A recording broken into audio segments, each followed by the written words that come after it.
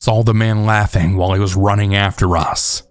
We eventually finally got to V's right in front of her house, only to look back and not see him anymore. We all just stood on our porch kinda just laughing about everything that happened, only to then see the man walking down the street as he had returned. I then felt my stomach drop, and then we all went inside to tell her mother. Her mother came out, and the man was just standing under the streetlight right across the street. Her mom then started yelling at him, asking why the hell he was following her children. He didn't say anything back in return, and he actually had the audacity to lean on someone's gate. This is when we all realized that this man had intentions of truly following us, but as for his plans, I don't know. He continued walking down the street a little bit more and just stood there. V's mom continued to yell at him.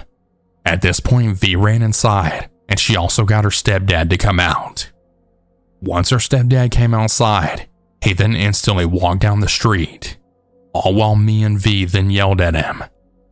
Jay and I eventually got a ride home from V's stepdad. No one ended up calling the police though. Yeah, I still can't believe it.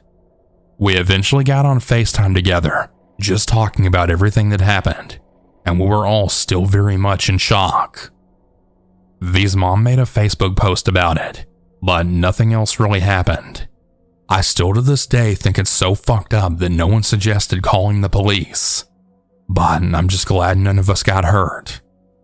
I don't know where that man is or what his plans were, but I really hope we don't see him again.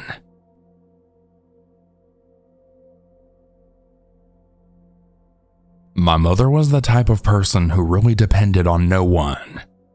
That was until she had to have both of her legs amputated.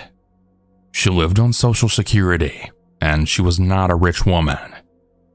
When she came home from rehabilitation, my brother and I had to find someone to help her get up and ready in the morning, and also to put her to bed. She was fine during the day with her trusted wheelchair. My brother worked weird hours with the railroad, and I lived far away, so we were of no help.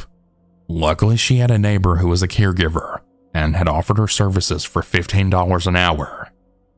She did this professionally, and I couldn't believe our good luck.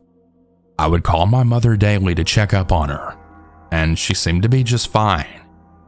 One morning I had called, and she was crying, and she said that the caregiver's husband had been there that morning and tried to kiss her, and that he made her lie naked for a very long time, and it was cold. I told my mother how could that be true? Who would be trying to kiss an 80-year-old amputee? I also didn't hire an unexperienced man to take care of my mother. I called the woman and she said she had an emergency and that she had to have her husband come over and help her. I told the woman what my mom had told me, and she and I agreed that maybe my mother had some dementia. She said that her husband would never do that, especially to a woman in her 80s with no legs. My mother then told me that she didn't want them in her house ever again. Then the woman quit on us the next day with no warning. I think she must have known he was a pervert. Maybe she was too.